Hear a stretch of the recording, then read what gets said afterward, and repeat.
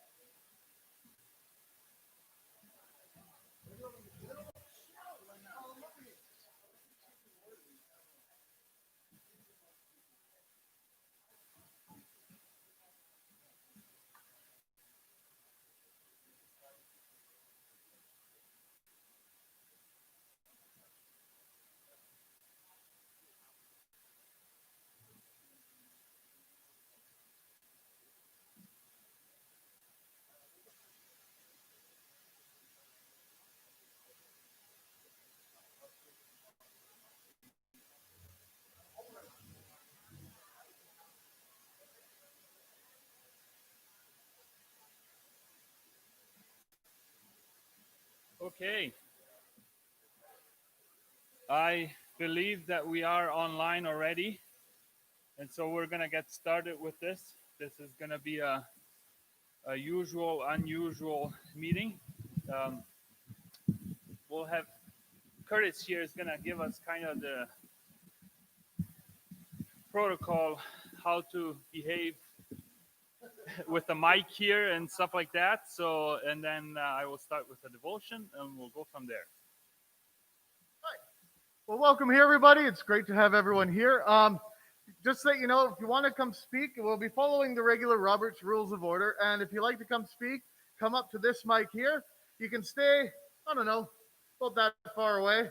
So the mic is a good distance. Make sure when you come up, wash your hands first before you have to. And if you need to adjust it, do it accordingly. Just make sure the mic is pointing right at you so that everybody who's online can hear clearly what's being asked or what's being said. So I think that was it. All right. Thank you very much.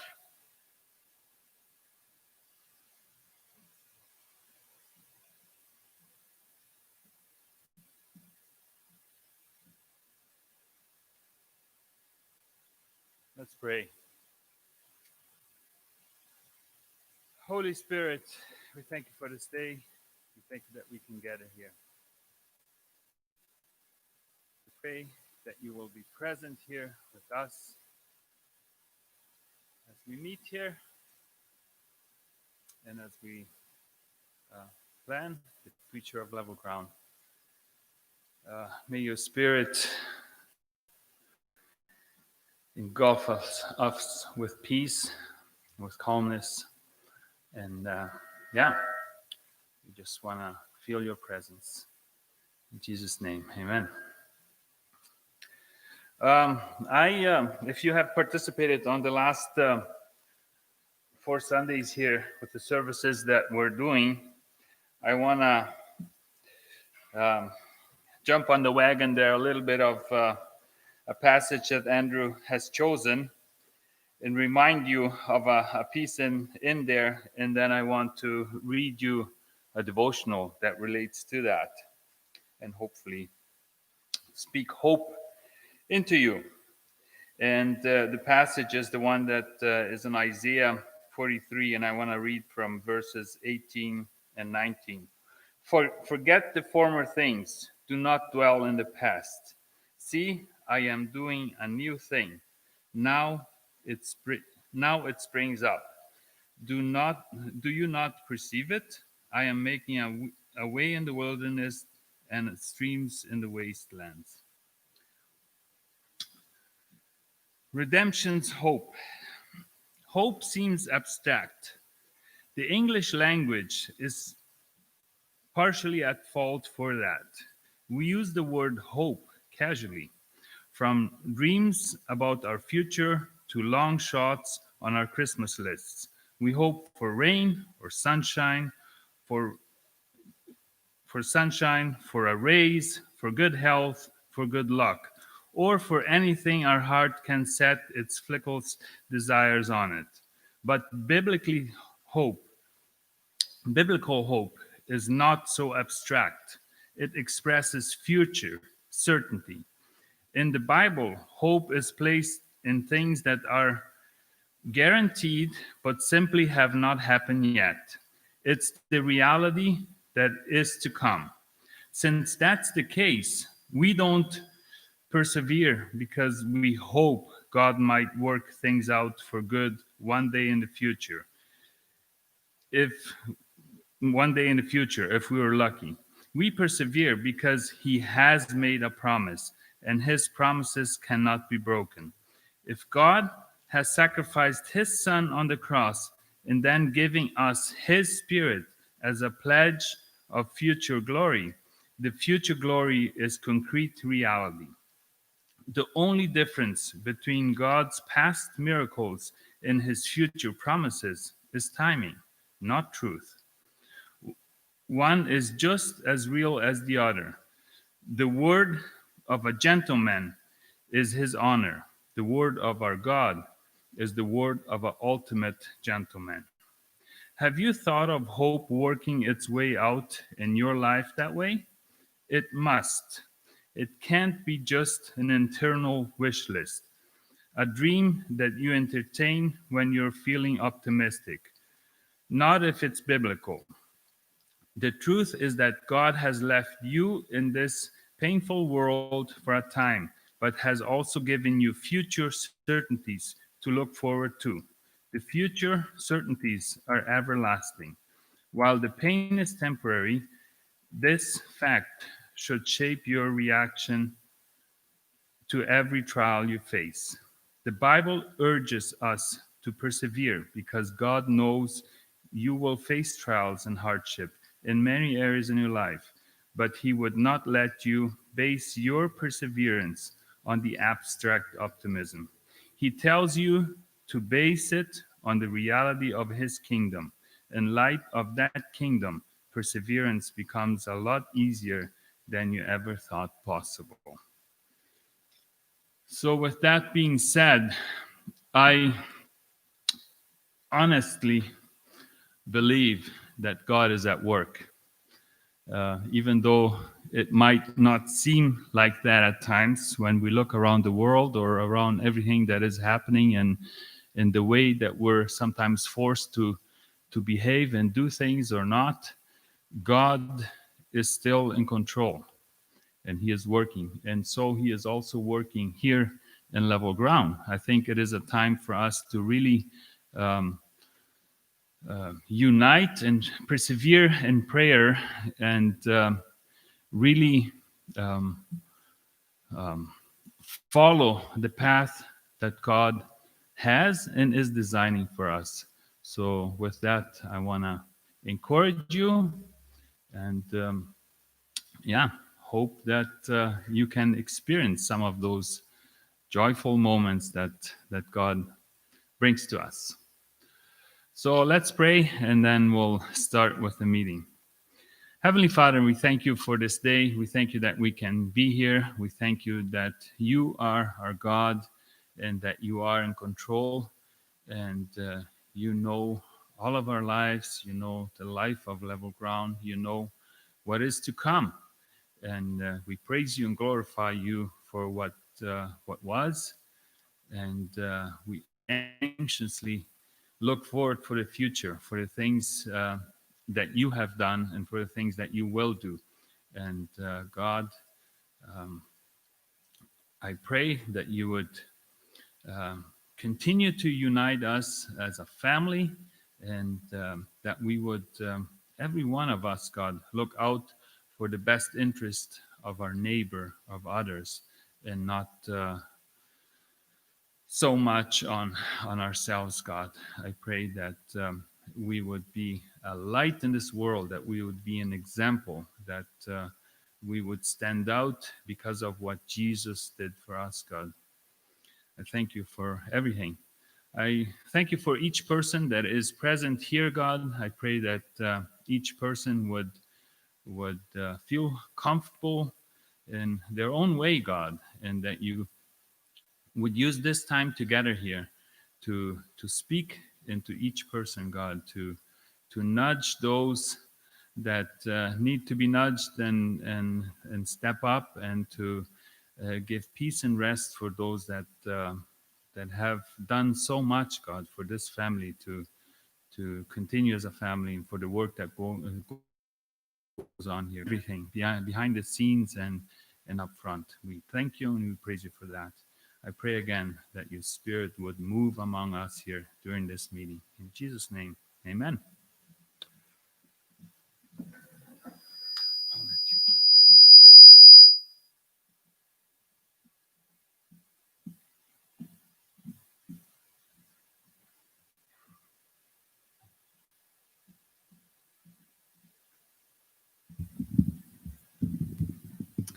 Okay, welcome here to everybody here in person and to everybody online. I think we've got about 20 people or 21 people viewing online. And so there's just a few more housekeeping details with regards to how we're going to conduct the meeting today. So if you do have a cell phone here, I'd ask that you turn it to airplane mode or turn the Wi-Fi off. Because our Wi-Fi signal isn't super strong in the sanctuary here, we need to make sure that we have Wi-Fi for Afton and Shelley as they are communicating with the people who are viewing through YouTube. So that would be great if you could do that. So as Curtis said, if you do have a question, please come up and speak into the microphone over there after sanitizing your hands. If you think you're going to be a little bit slower getting up to the front, just kind of put your hand up first and then we'll wait for you, okay? For those of you viewing online, if you have a question, you can send an email to Shelley and then Afton will come up and read your question through the microphone. And then one other thing is that so that Rita doesn't have to keep coming up to the front, if she has a question or a point of clarification, she will tell me and then I'll speak it through the microphone to you all. Okay.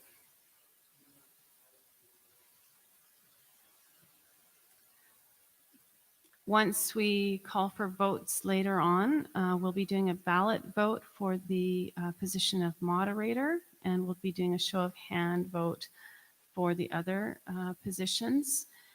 However, we will allow about a 5-minute time period to receive all the votes via email. So there will be a little bit of a delay where we could fairly quickly tally up the votes here. It might take a few minutes longer just to make sure we have all the emails accounted for from people who are viewing online.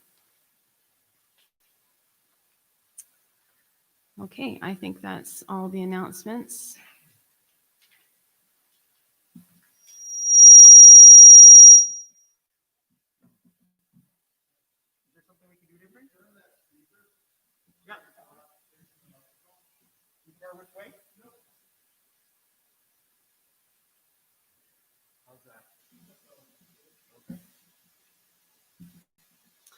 Okay, so we will be following our agenda. Hopefully you had a chance to read through the AGM booklet or maybe print it off. Curtis, is there any way that we could get the agenda up on the screen or? No? Okay, that's fine. We're going to start with approving the minutes from our last congregational meeting, which was in February, I believe. Yeah, February 23rd. There we go. Thank you, Alan.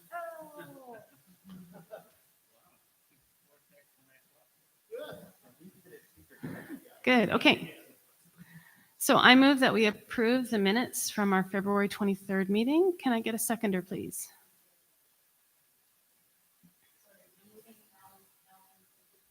Sure. Thank you for bearing with us.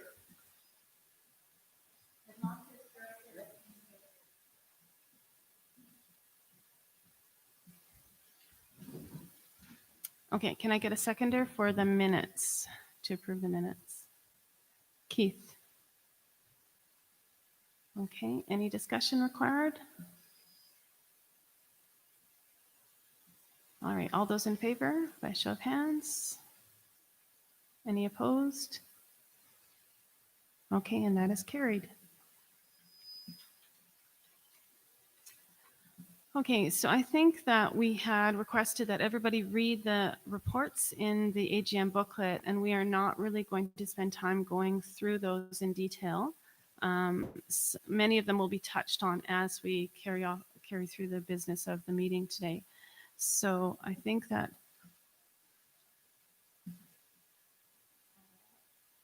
we're going to go straight into the financial reports. And Alan, are you going to come up here? Or are you going to talk from back there?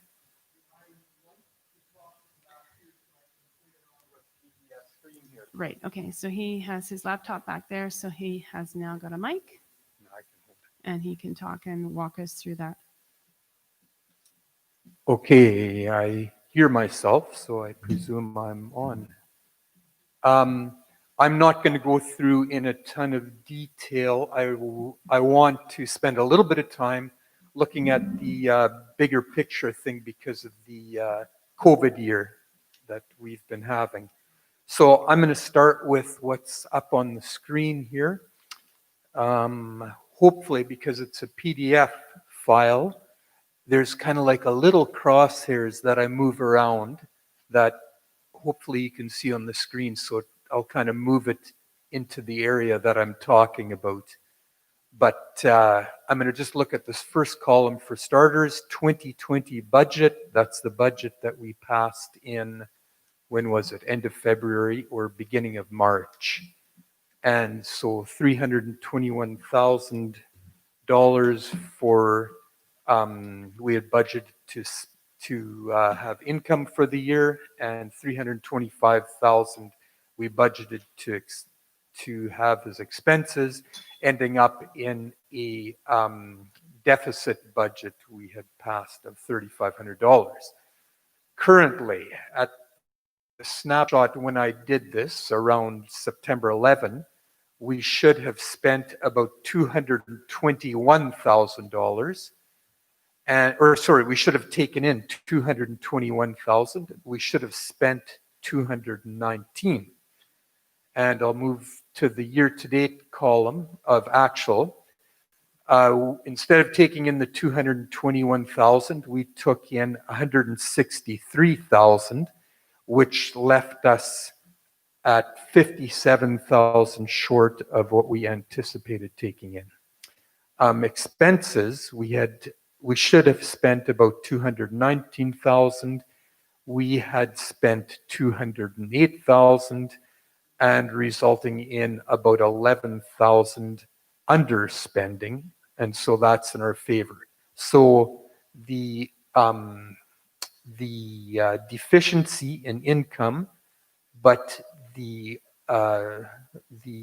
smaller expenses that we experienced equals about $46,000 that essentially we chewed through our funds with so far this year.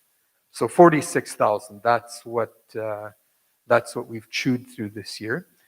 And now I'm just going to flip to our bank account balance. So I'm going to just let's see. Those numbers are pretty small. Maybe I can make them a little bit bigger. What I have is down here. I have our zero line. At 2020 start, we started with about 52,000 in the bank. And then January to September, I'd said we had chewed through about $46,000 of funds. So that brought it almost down to zero here.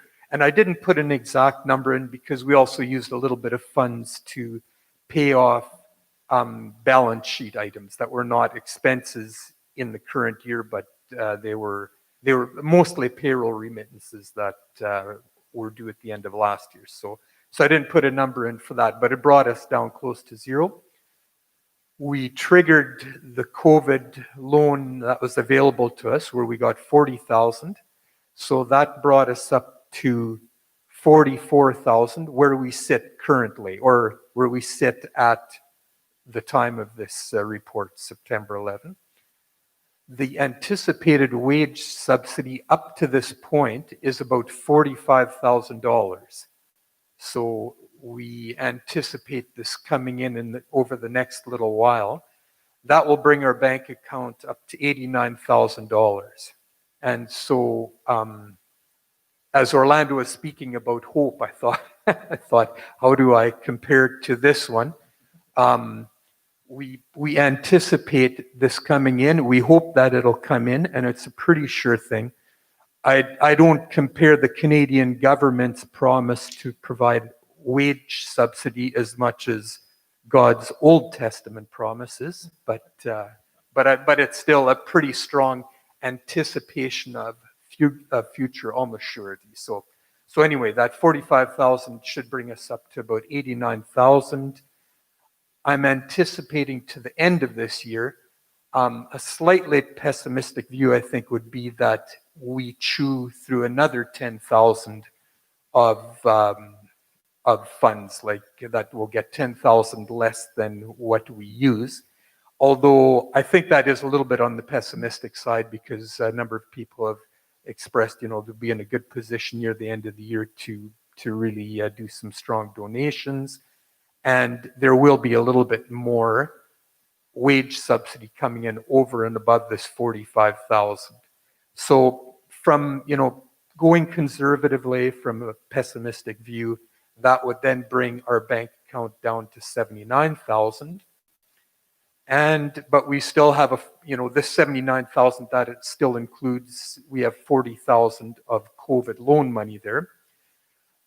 As long as we pay off the COVID loan by December 31 of 2022, we get to pay off only 30,000 and they forgive the last 10,000. So if I take that into account, we're at 79,000 and let's say we use the 30,000 of that to pay out the loan, that brings our bank account down to 49,000. So what we did is we started the year with 52. I'm anticipating potentially we could end up with 49,000 after we would pay out the COVID loan. And I put in the COVID loan payment not as for a calendar time to pay it down at the end of this year, because it is available interest free till the end of 2022. But just to, as to compare apples with apples, we started with 52. If we would pay out the 30,000 COVID loan, we, potentially would end up at 49,000.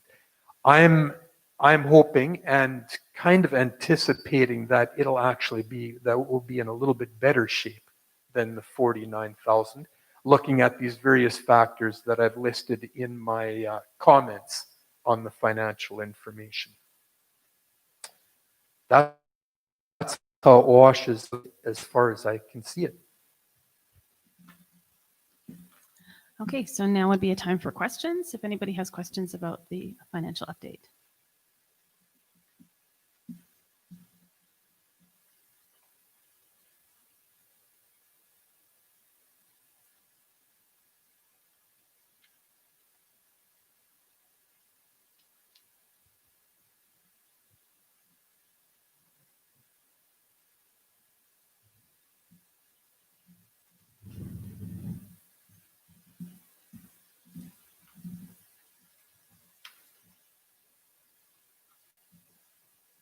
I have a question about what happens if we do not pay the loan by the end of this year.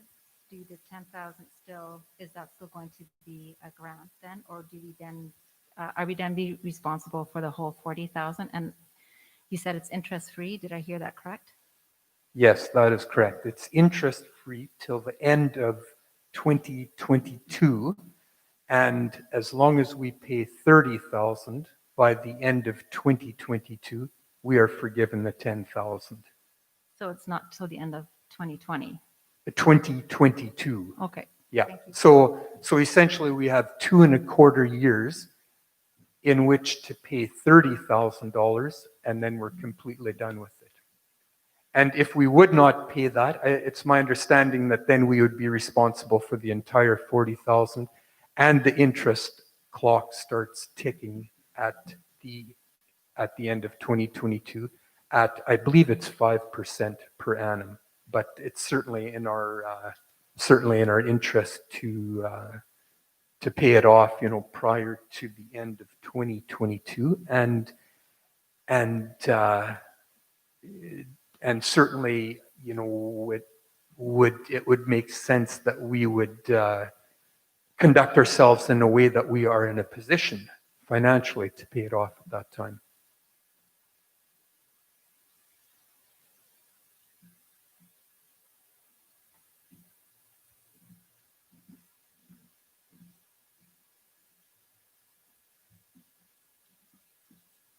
I get dizzy looking at this stuff, Al.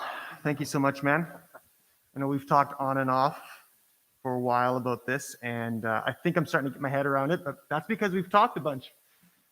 So I'll say it maybe in new words, and then you can tell me if I'm off my rocker, if I'm saying it correctly.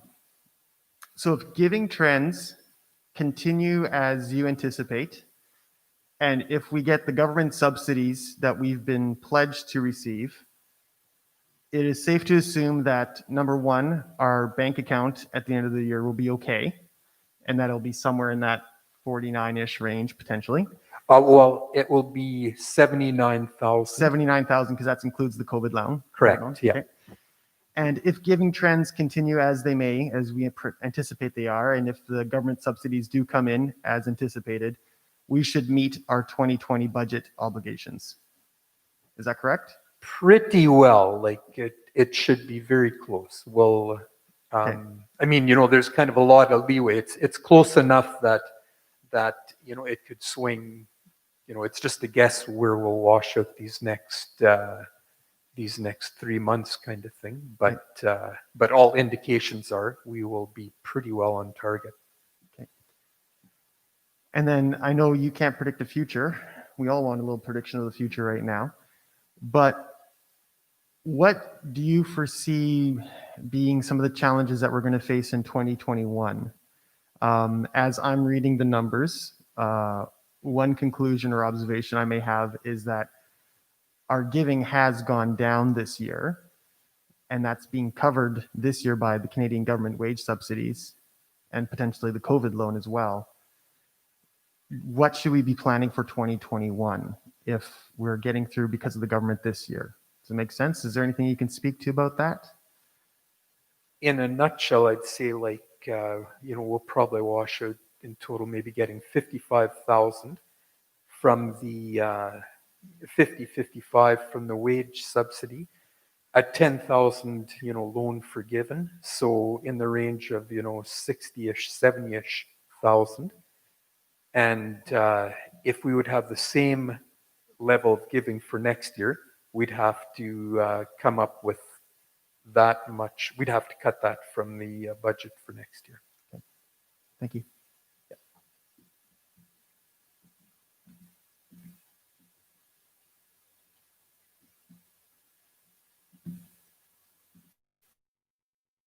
Any questions?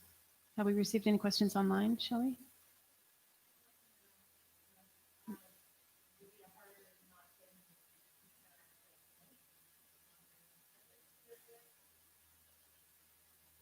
Okay, so no questions from online yet, and one person just has trouble accessing the link. So,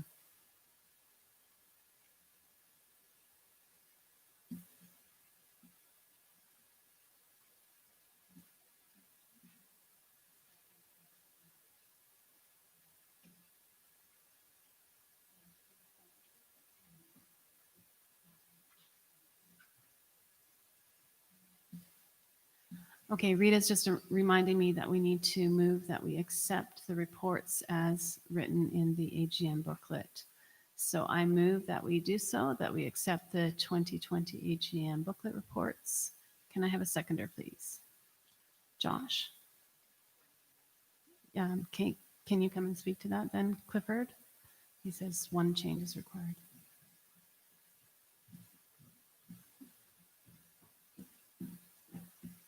Simple change, but could mean great importance to someone in the congregation. In the care team in the care team report, I mentioned the name Sandra K, and we don't have a Sandra K. It's Sandra N. So just in case you wondered what we thought of her, we honor her as well.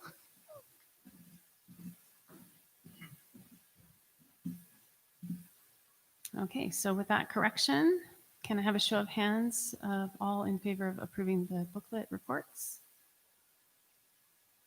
Okay, any opposed? And that is carried.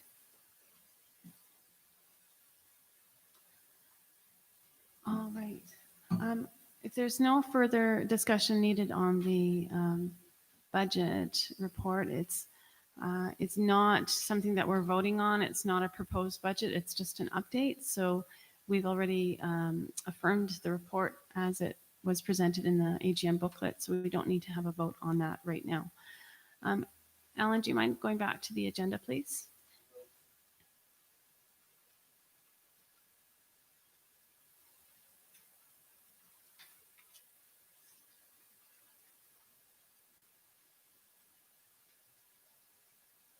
Might be further up in the document. We have several updates from lead team and just different things that are going on in our church that we want to just inform you of. And There we go. Okay. So Stephanie Wood, our custodian, handed in her resignation. When was that, Rita? About the end of August? Middle of August. So we accepted her resignation and we hired Dana, pending affirmation, of course, from you guys, but we needed somebody in the interim, of course, especially with COVID. We needed to have somebody right there who could step in and clean when we needed cleaning to happen. So we have hired Dana Brower to step in. She had previously done the position, so she's familiar with it, and we're happy to have her back. So I'd like to have just a affirmation of that. So we're going to do by standing. Okay, so if you are affirming the hiring of Dana Brower as our custodian at this time, could you just please stand in affirmation of that?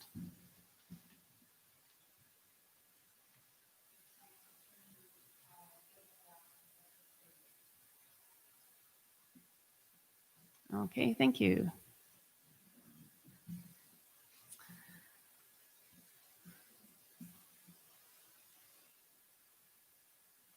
Another staffing thing that you should already be aware of, but just to note, is that we received a letter of resignation from Curtis Fast as our worship pastor. And as lead team, we have accepted that resignation. Curtis sent out an email to the congregation just declaring that there were no issues here. It wasn't because there was any conflict. He just felt that because of our current financial situation and where he is currently in his walk with God, and just different factors job-wise for his family, that he felt it would be best if he stepped down at this time. So his resignation is effective at the end of September, and he's been good enough to help us out with Sunday services and obviously the technology side of things for today. And we just really, really appreciated having him on board. And we hope that we maintain a connection with him, and that, that it would just be an ongoing friendship. So there's no hard feelings. It's with sadness and some regret, but also some hope that things go really well for Curtis and his family, that we accept his resignation. And at this point, we're not looking to hire a new worship pastor. I think we're just waiting to see how things pan out. So that also affects our budget a little bit in the positive, is that we won't be paying salary for that position from October through the end of December for 2020. Are there any questions or comments about that? You want to give a clap for Curtis?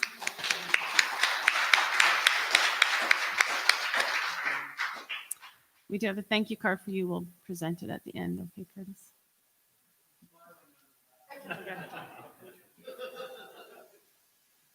Okay, the next thing is that the budget meeting, usually we hold our budget meetings in the new year, in February, March-ish. And because of all the different factors happening with COVID, we have decided as a lead team to bump that back and hold it in November, so that we have a stable plan before we hit the new year, to make sure that we have considered all the different factors and how we can best sustain the congregation moving into 2021. But instead of starting the new year and then affirming a budget after we're already a couple of months in, we want to hold that budget meeting in the fall prior to 2021. So we will let you know as events warrant and when that is scheduled. And I don't think a date has been set yet, but we will keep you posted.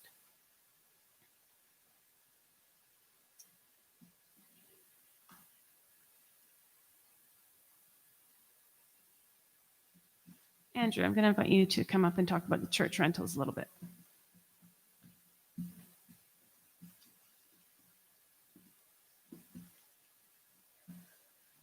Comment about Curtis. McMahon is classy. Man is good to work with. I'm sad personally because I enjoy working with you, but I hope we can retain friendship, even if it's not co-worker status. A comment related, maybe because it does have some financial implications, as you mentioned. The 2020 budget was approved with Curtis, assuming that he had a full year position here at halftime. even though the contract was to the end of August, the budget was like, well, we would like to keep him. Let's just factor that in. So while that might be slightly financially favorable that Curtis is leaving, personally, it's sad and unfavorable. So we'll leave it in that kind of context. A couple comments just about rentals, and then something related to Kinghaven next door. We've been approached a couple times this year, summer and onward, just to see what her comfort level and availability is with using the building with groups that are outside the church, not a level ground ministry use. This has come from someone in our congregation who's thought about maybe bringing something in. This has also been a request from school that used to gather here every Wednesday afternoon, about 30 or so plus parents and siblings. And it's also something we've kept in mind as we've used space here for a lot of AA groups over the years. We opted in August to wait and defer all requests and kind of evaluations until the end of the year, because we didn't know what COVID was going to do and we didn't know how we wanted to best use our space. Right now, we have this sanctuary space, which we're using every Sunday, but our most other frequent space that we're using the most is the dining hall downstairs. It gets used nearly every day by the daycare. It's part of their policy of their rental contract to use that. It gets used by the youth quite a bit now because it's a bigger, safer, more welcoming space than the youth room. It gets used by other like small groups from our church. And so for us, that's really the only building space that could be rented out, but we also want to kind of reserve it for use for our level ground ministry, especially if people want to really make the most of journey groups right now, but are uncomfortable hosting groups in their home. We want to make sure that the dining hall and other spaces in the church are open and available for that. So that's just a real long way to say that we're not going to entertain any rental agreements until December or so, and then make plans for the new year on. Any comments or questions about that? Al, you'll have to come up to the microphone. Thank you.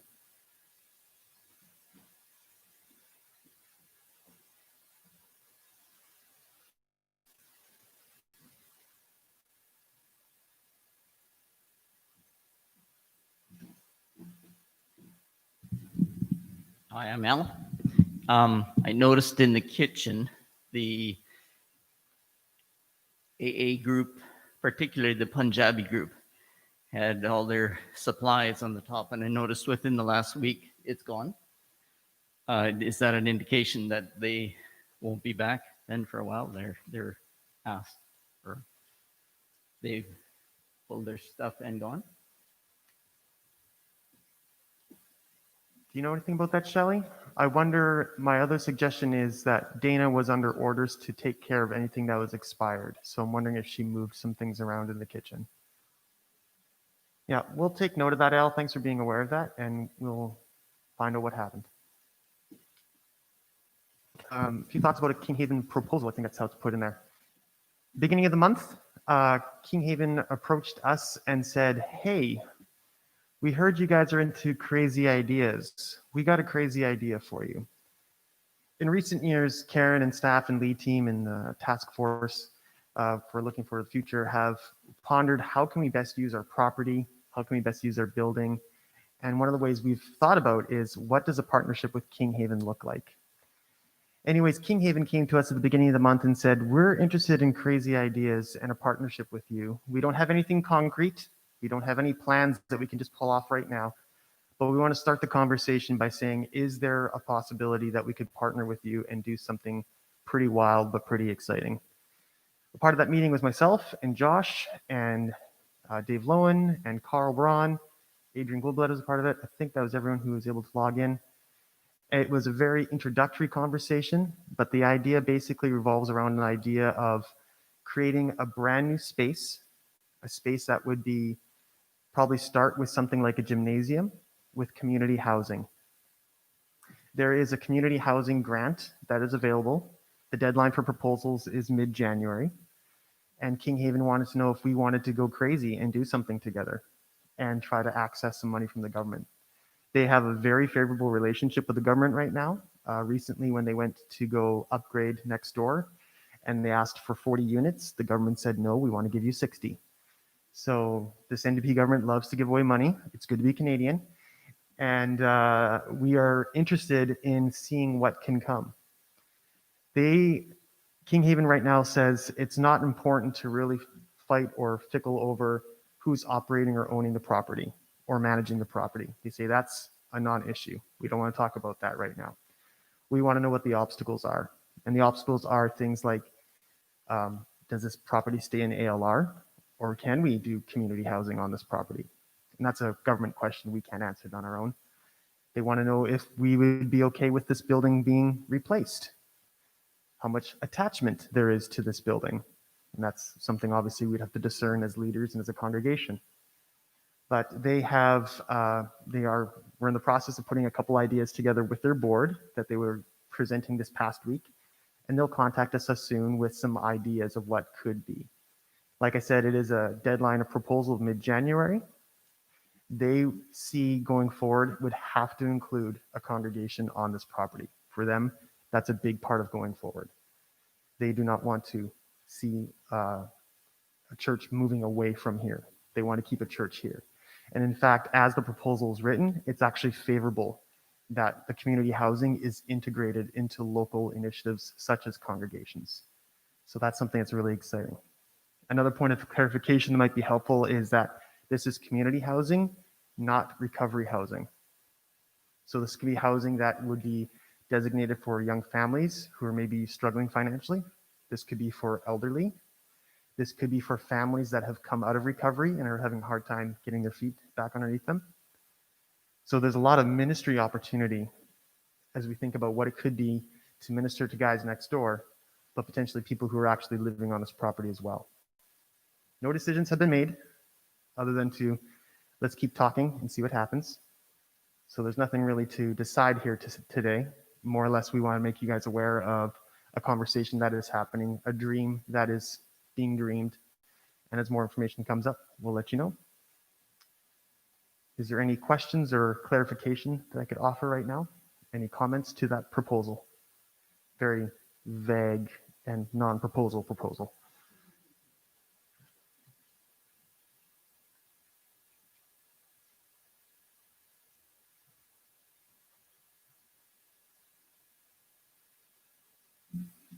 Yeah, Gina, and then Josh.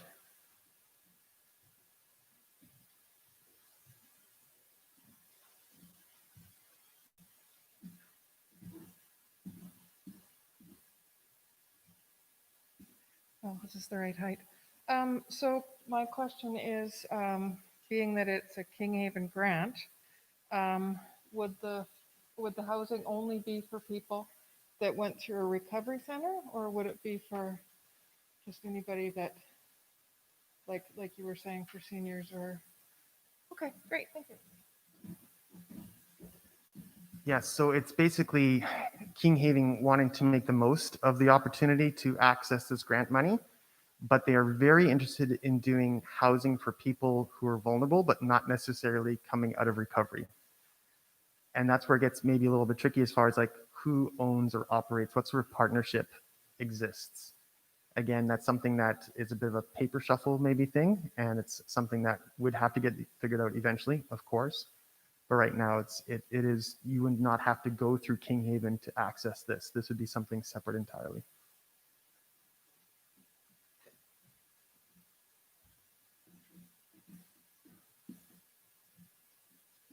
I think for me, one of the really exciting parts about this dream, this idea, is just that Kinghaven has come to us with this, right? And they value us, that they value this relationship that we have with them. And in years past, we've kind of gone to them and been like, hey, what about this crazy dream, crazy idea, something like that. But it's kind of become reciprocal, and I really appreciate that. And I just the meeting, like I just got a really, I was really excited about the energy in the meeting and the really church positive kind of sense that I got, where we really value you guys as a congregation.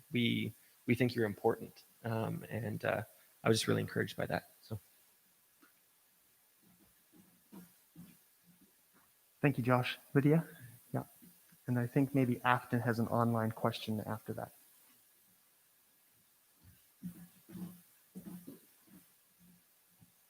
I remember being at Wellspring and having these people from West Abbotsford come to our church and say, we've got this crazy idea. And there were people who didn't think it was a good idea, and other people thought it was a good idea, and we're here now. And so, just following up on that, this is a crazy idea. The whole thing is really outside of the box of what we've lived. And I think that as I was sitting back there, I'm thinking, okay, this is kind of exciting, but it's kind of scary. And I'm not attached to this church the way other people are that have come here for their whole lives. And so I want to be cognizant of that and respectful of that. Of course, I am, oh, this is so exciting, right? But I think it's a conversation, and I think that we have to really look at what do we want as a church? Where do we want to go? And I think that COVID is turning church upside down. And I think that we have to follow the Spirit and just follow God's guidance in this whole thing. So. Thank you, Lydia. Yeah, it was really helpful to have Dave Lowen a part of the conversation. He is among many who are a living history of this church, West Abbotsford and Level Ground. And his only request was that we did not lose the living stones that are behind glass there in the front entrance. He says everything else can go. So I don't know how much sway that has over you, but that was Dave's take in the moment. Afton?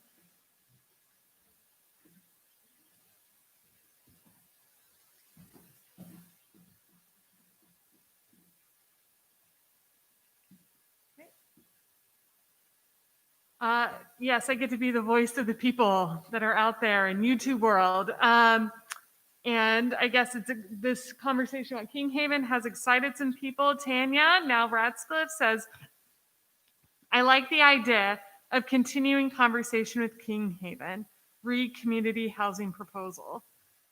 And Jesse Nichols says, for what it's worth, I am excited about the potential of this idea. I fully support continuing the conversation.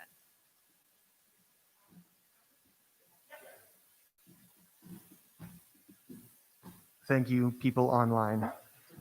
Wanda?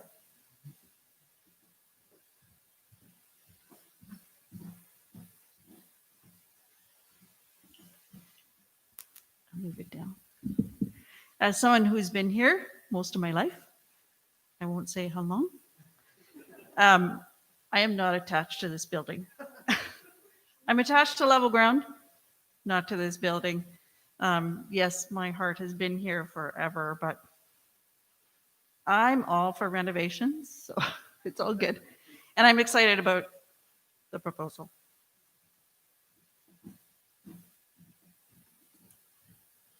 Keith, feel free to adjust it from a non-Wanda height.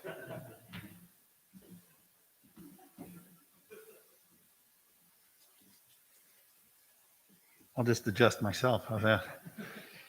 As somebody who's worked in this field, so in the recovery ministry and in the field of vulnerable people, marginalized people, I am super excited that as a beginning of a conversation, we can be involved in this conversation and involved in this discussion in any form, where we as a church have the opportunity to actually take practical steps in some of the words of Jesus and actually work towards helping the most vulnerable and the most marginalized in our community. So the fact that we have an opportunity to be in this kind of conversation and even entertain these kind of ideas is really exciting, and I am all for it.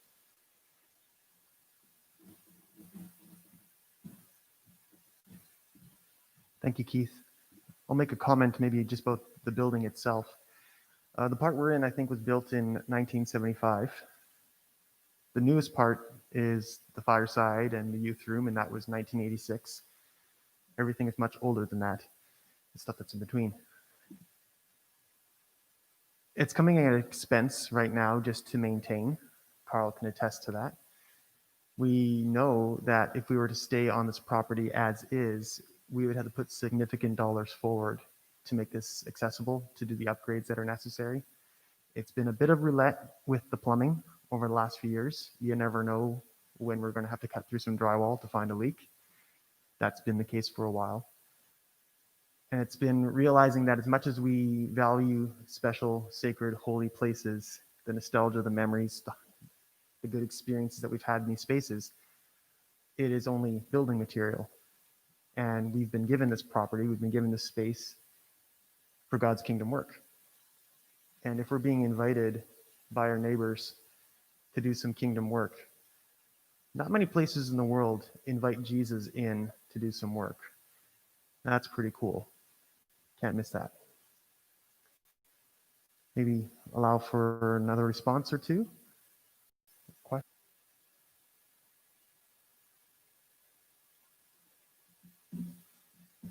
I just wanted to say that I think in part of the discussions, not only would it be for community living, but there could also be space for the daycare and maybe some offices.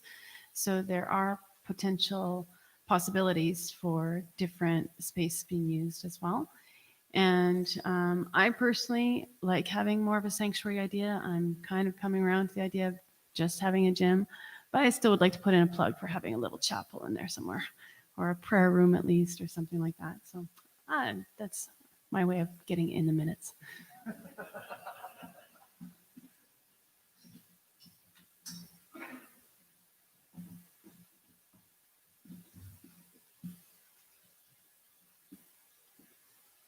Okay, another comment from Jesse Nickel. He says, is this something we could apply to NCBC for support to? With two as in TOO as well. I see Clifford's hand. You can come up here, Clifford. MCBC has something called a Mountain View Fund. It is a congregation in Vancouver that closed a few years ago. And the sale of the property is sitting in a bank for congregations, MCBC congregations, to make access to, often for new initiatives, often for missional getting into the community kind of initiatives. It is quite possible that we could finagle something, access financial support for this down the road. The deadline for a February 2021 grant from the Mountain View Fund is, I believe, at the end of October. So Rita would know. This was your job up to a few weeks ago. So Rita could speak to this way better than I, but she's there taking notes because we love that she does that so well. Anyways, that's my quick pass to Jesse's answer. So yes, possibly, maybe not immediately as 2021. Yeah, Josh can speak to that, and Clifford. Yeah, and I have passed the information along to the CHAD committee, the Church Health and Development with MCBC, and I'm in conversation with Gary about possibilities, even for the Peardenville property as well, because they have that, and that's a possibility. So we are in conversation with them as well.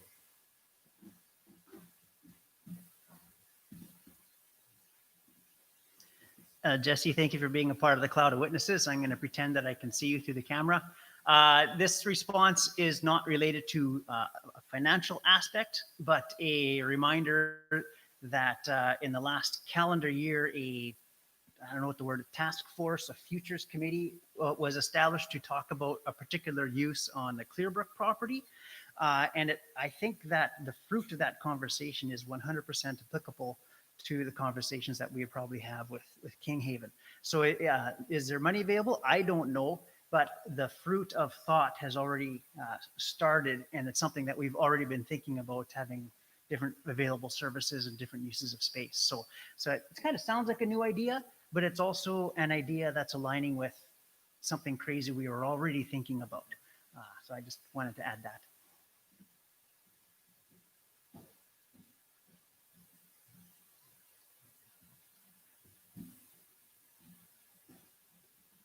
Building off that, maybe two helpful things to know. Yes, MCBC, they've been thinking along these things a while. So we wouldn't be stepping out of our denomination's bounds, but we would be like staying in stride with a lot of their vision and their heart, which gets exciting. The Peardenville property sale, which will happen eventually, there's money that will be there as well for congregations to receive. And the restrictions, I think, are a little looser. So we might be able to access financial support there as well. Another thing that's helpful to know is that we are one of maybe 2 congregations in our denomination that actually owns our property outright. So we have a little more autonomy in being able to decide how we want to use our property because it belongs to level ground. It does not belong directly to MCBC. There's a fun story about that from Dave Lowen.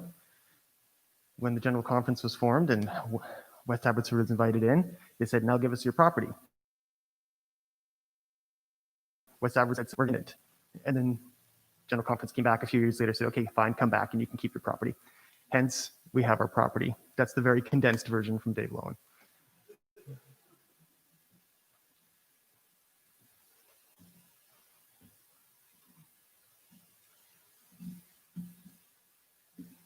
Okay, so if there aren't any further thoughts about that today, I think we'll move on, but it's something that will definitely be coming back up in future discussions. So just be in prayer about the whole thing. We'd like to see God's purposes and his will come about.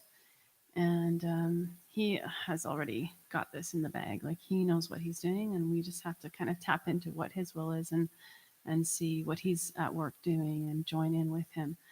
And one of the verses that just came to me as I was driving here today was that I felt God was just impressing on me that, you know, the verse from Jeremiah 29:11, for I know the plans I have for you, declares the Lord, plans to prosper you and not to harm you, plans to give you a future and a hope.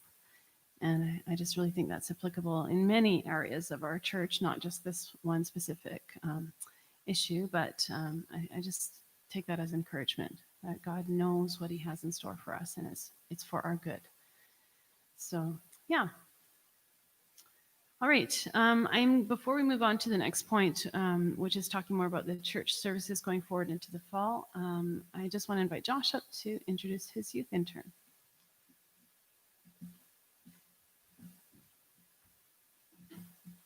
Thanks, Chrissy. And I'd also like to invite Jono up here. So for those of you who don't know, this is Jonathan Rempel, Jono, as I like to call him. And yeah, we're just so blessed to have him be our middle school youth intern.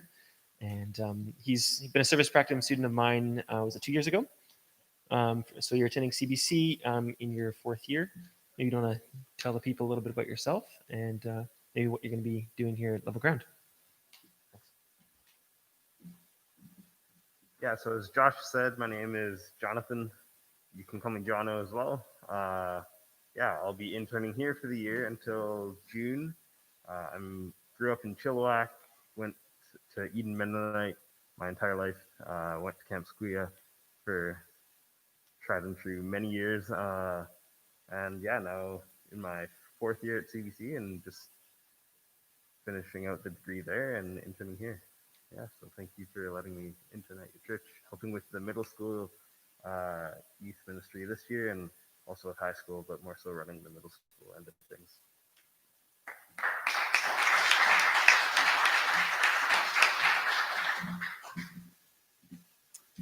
And I just want to say thank you to Trevor Renshaw and Alicia Wilms for their service this past summer, helping with youth and children's ministry.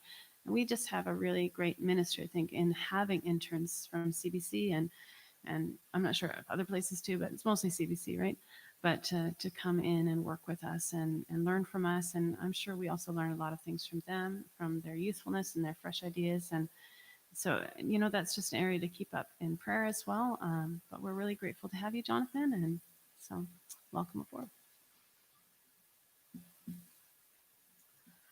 All right. Okay. I think I'm going to pass it over to Andrew again. He's going to talk a little bit about church services and what that could possibly look like in the fall as we move forward from here. We've already had 4 weeks now?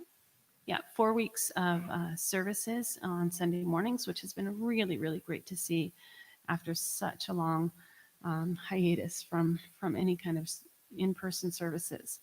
And during that time, Andrew has been gaining feedback from people, and I know things are still going to shift and change. It's not like we're making a decision, this is the way it's going to be and this is the way it's going to stay. It's not like that. It's very fluid. We want feedback. The staff wants feedback, but Andrew's just going to give an update about where we stand right now, what we're thinking for the next few months, and what kind of feedback we've had so far.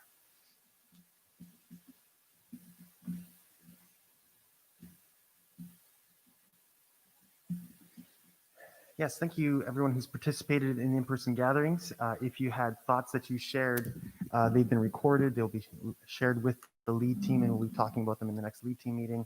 Also, those who contributed some thoughts online, we're also going to be tallying them all together as we try to make a plan for what going forward looks like. Want to name drop 3 people first because we mentioned some interns, but not all of them. Mitch Croker, thank you. Brendan Hemway, thank you. Spencer Fair, thank you. It feels like I got an award and I just got to thank a bunch of people, but love those 3 guys and what they're able to do this past year. Just looking at some notes here about what going forward can look like. I'll get very specific and then I'll get some more general. Next week, October 4th, we're going to do a communion service. It's going to be a bring your own communion service. Kind of creative, something a little bit different, but we haven't done communion. We haven't had communion as a church family since March, maybe February. I can't remember the last time we had a communion service. So it'll be first come, first serve kind of registration. And if we have more than 50 people in total, we'll plan for another service in the afternoon for those who couldn't make the first service. So again, there'll be a registration available online through email will be sent out to you, and you can sign up for that early this week. The following week is Thanksgiving Sunday, and Rita and the team are putting together a Thanksgiving prayer walk. It's going to be outside. There's going to be 6 or 7 prayer stations. It's going to be interactive. It's going to be tactile, but don't worry, it's going to be COVID-safe tactile. It's going to be vocal. You'll be talking. You'll be interacting with people around you. It's going to be communal. It's family friendly. It's not just for kids, though. It's adults and kids, options available. And we're just really excited to do something a little bit different, something that is tangible, an act of prayer, an act of worship, but also is social and it's active. And it's just going to be good to be together here in 2 weeks. That's the 11th, and I think it's going to be running from 11 to 2, and you can just sign up online, and we'll plug you in a slot that works. So those are things that are coming up. Looking forward, some things that we're going to be looking at or incorporating with is we're going to need some volunteers. We're going to need people to spell Shelly off every once in a while from hosting responsibilities. She'd love to train a few people to take her task on so that she can go and do other things. We're going to need some technical expertise because we're losing Curtis. We're going to need people who are going to be able to troubleshoot some sound and people who can run some pro presenters and visuals, that kind of stuff. So if this is ways that you want to plug in and help as we get back into a rhythm of in-person gatherings, that'd be really helpful. And again, you can talk to Shelly or I or Josh, and we'd love to plug you in. Going forward, we want to keep going with in-person gatherings. And we're probably going to put people into cohorts. And we believe that the amount of people that are interested right now, we can make 3 different cohorts. So a rotation of 3, so that you're here in the building one time every 3 weeks. Like we have been, the worship guide that we follow in person will be the same worship guide that is sent out via email. So in that way, whether with your journey group or with your household, you can go through the same worship guide that we're using here and feel connected to what's going on. We're also going to experiment with online church. We've done sermons and podcasts and music. What we haven't really done yet is a Zoom gathering. And so what we're going to do for about 4 to 6 weeks after Thanksgiving is invite people to a midweek, probably an evening kind of opportunity to connect via Zoom, where we will use the worship gathering that was used the previous Sunday. But in this way, we're going to be able to involve and connect with people who don't feel comfortable or unable to be in the gathering in the room. So it's one of those ways that is quite sustainable because it doesn't take much extra work on the behalf of staff, but it's increasing accessibility because we know that by moving into in-person, we do exclude some people. And the third thing I want to mention is that I'm going to be meeting with the Journey Group leaders here this week as we just talk about the importance of Journey Groups going forward, how Journey Group leaders and groups in general can be supported and equipped right now. And almost everyone who has provided feedback in the last month has talked about the need for community. It was shared even this morning, how we can find a lot of great resources online. We can be inspired, encouraged online, but there's something about being with people that can't be replicated if we're just at home. And so that's something we're going to be working on, is emphasizing the value and the importance of journey groups. And if you're not in a journey group yet and want to be plugged in, integrated, talk to me, please. If you want to help out with a journey group, provide some leadership, talk to me, please, because we are going to hopefully expand and be able to develop a couple more between here and the new year. So that's a bit of a direction setting going forward. Obviously, the limit of gathering no more than 50 people in a building is going to stay for a while. That's not going to change until there's a vaccine or herd immunity, and we're not anticipating that anytime soon. Recently, again, it's only guesswork, but a lot of people are saying that this is going to be here for all of 2021 as well. So it is a time to kind of sit back, assess, take a deep breath, and figure out what it means to be small expressions of level ground right now. Still connected, still family, still loving one another and worshiping and serving alongside one another, but in small groups that can still see each other face to face in meaningful ways. Is there any reflections, comments, questions, responses to that?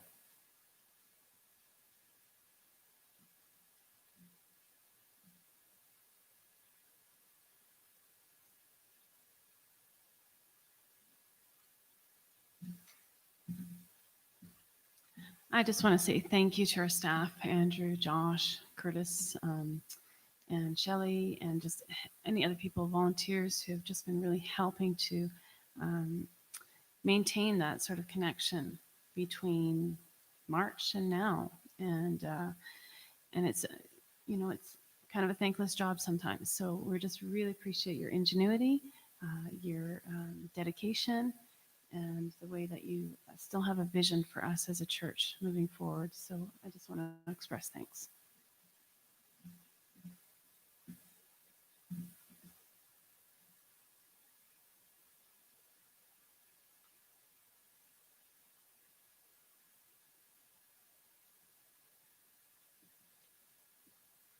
I have no problem feeling silence. I don't even know what comes after this. Nominations. Oh, man, we got time. This was actually a portion of an email that I sent someone this week. And after I sent it, I'm like, oh, man, I wish I could share this with everyone. And I'm like, oh, wait, it's an AGM. I can share this with everyone. So consider this pastoral report number 2, and maybe more pastoral reflection than anything. I'm excited for this AGM. I'm excited for today. And yet I also know in many ways this AGM may represent the beginning of significant changes that were set in motion well before this weekend. Changes I'm thinking of would include Karen's resignation, a need to review and revise how we exist as a church, COVID thwarting how we gather and how we function. While mid-March will forever be etched on our minds as the time when church changed how it could come together and maybe changed forever.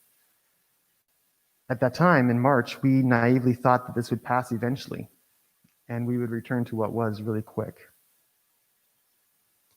I think this AGM for me and maybe for others represents the moment in time when we as a church family acknowledge that what level ground was can no longer be anymore. And we get to dream and plan for a new future. As I talk to people, not only at level ground, but around Abbotsford and beyond, I keep hearing this season of COVID time and its effect on the church being described in many ways. It's an unwinding, an unraveling, a shakeup, a shuffling of the deck. And this by no means is a bad thing, but it does come with some grief and hardship. Like a two-sided coin, I find it equal parts thrilling and discouraging, because change isn't always pleasant or desired, even if the change is needed and or out of our hands. At the same time, times of disruption and crisis have traditionally been a time when people and communities are refined and form tighter bonds. I know people are already changing how they participate in church life. For some, it's because one church can provide a resource or a rhythm that they need right now. For others, it's an opportunity to relearn and explore what it means to be a part of a church. Others are recognizing the need for rest, and they're stepping back to find ways to recover with Jesus beyond the traditional structures of a typical church. COVID, like all crises and challenges, brings out the best and worst in us. And my prayer is that we will have grace with one another, grace as we gather and grace as we go. And I've been having lovely, grace-filled conversations with people who recognize their need to transition to another congregation at this time. It's sad to see them go, but so happy to see them walking with Jesus and a faith community that fills their support and their need for support at this time. I know Level Ground aspires to be something that is sometimes hard to find in church. A faith community that genuinely and selfishly loves Jesus and one another in a way that transcends the theological, political, and social boundaries that frequently divide people. A church marked by unity, not uniformity. A church where we don't put people into theological or political boxes, but instead sit side by side with them as we center around Jesus together. It's a radical idea, an idea that feels a lot like the challenges and joys we read about in the New Testament. I don't know the future. It is still so much out of our hands and undetermined. But this is God's church, not ours. And I've never been more encouraged by that than now.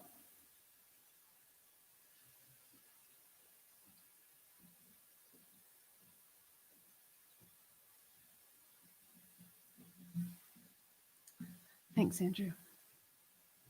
I'd like to call Clifford up at this moment to talk about nominations. Mark, are you just moving? Mark has stepped back from being the rep on the lead from the care team, and Clifford is taking over that role. So Clifford will lead us through the nominations portion of the meeting. Thanks.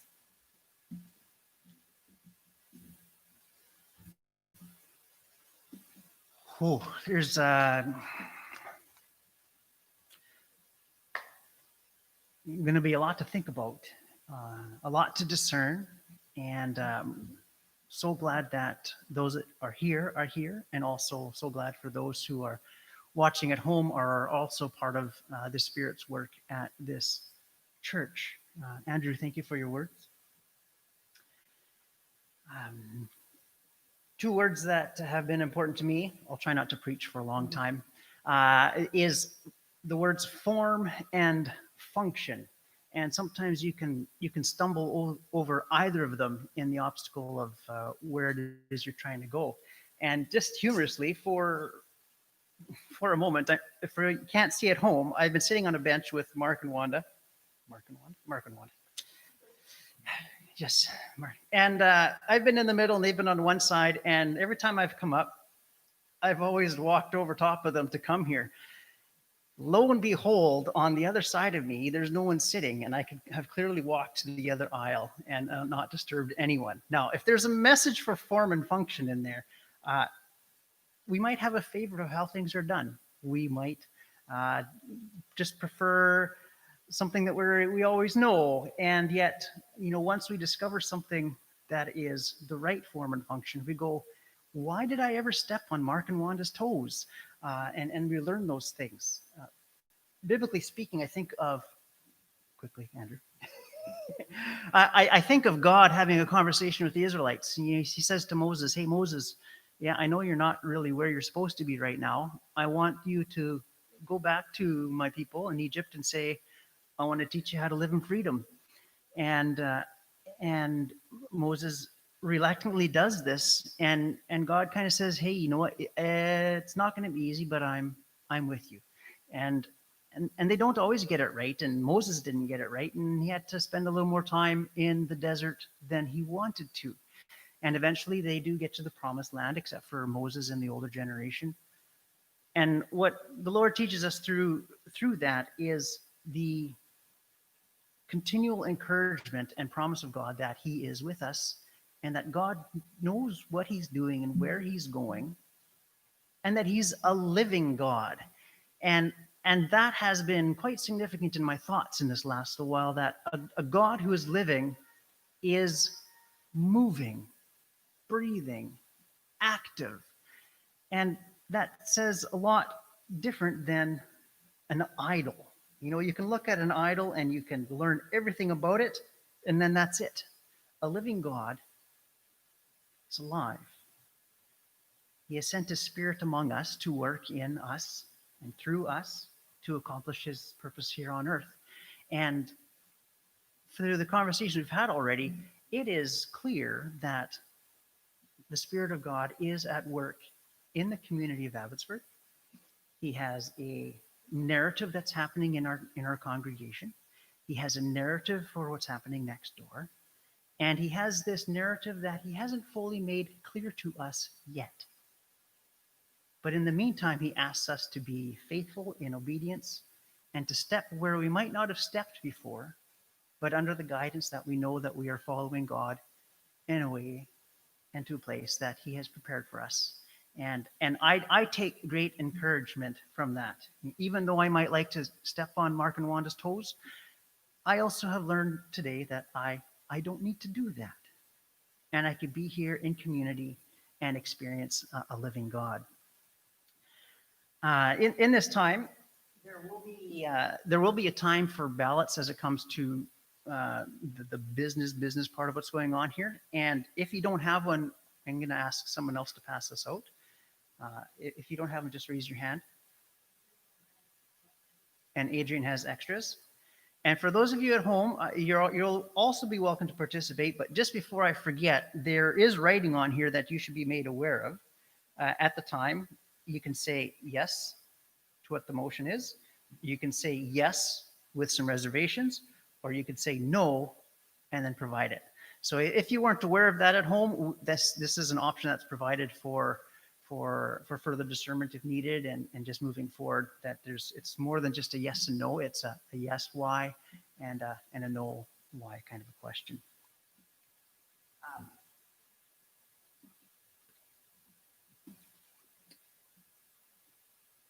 For a long time, Orlando and Christy have served our congregation very faithfully.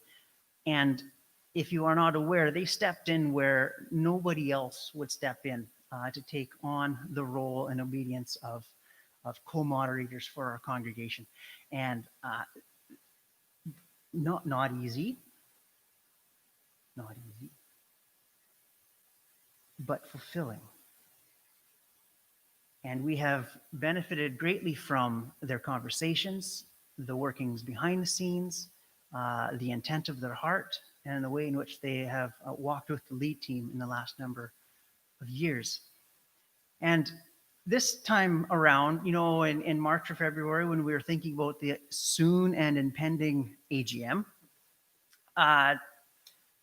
Mr. COVID came along and really changed the way that we were thinking about things.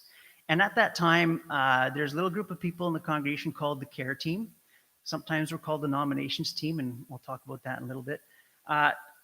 We thought it prudent that we not, rush and haste into filling these positions on the lead team or finding a new moderator or a different moderator, just because we didn't know what kind of an effect there would be on what's happening in the work of the church.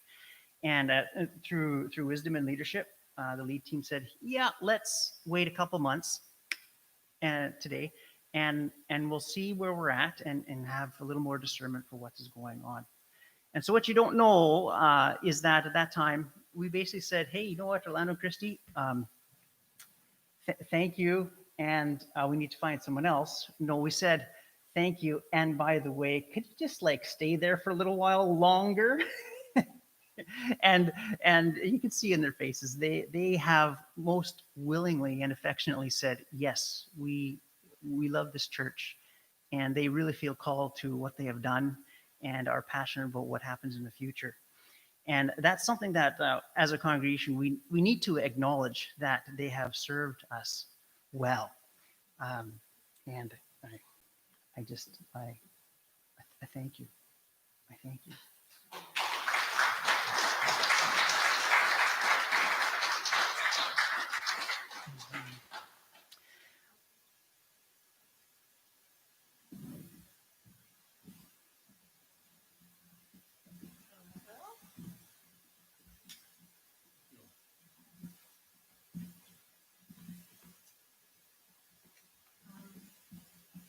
Yes, thank you both so much. And I want to thank their families as well. Luciana is here, and I don't know if Robin is watching online or what he's doing, but thank them for us as well for all the time that they have supported your families to allow you to serve us and serve the Lord in this way. And I have some cards that I couldn't get down there, but I'll bring them up too. So just thank you so much for everything.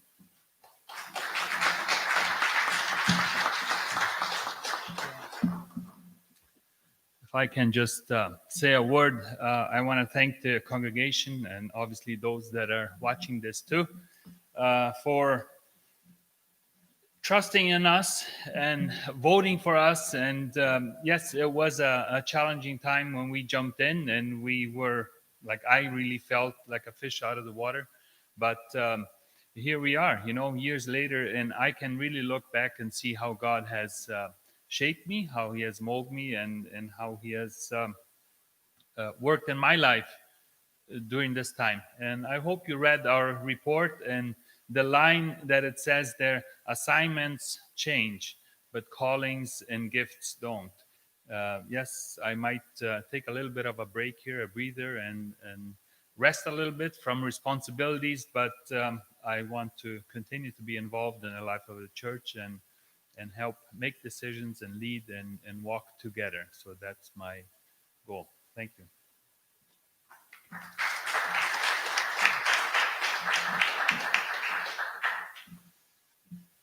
Did you want to add anything to that, Christy?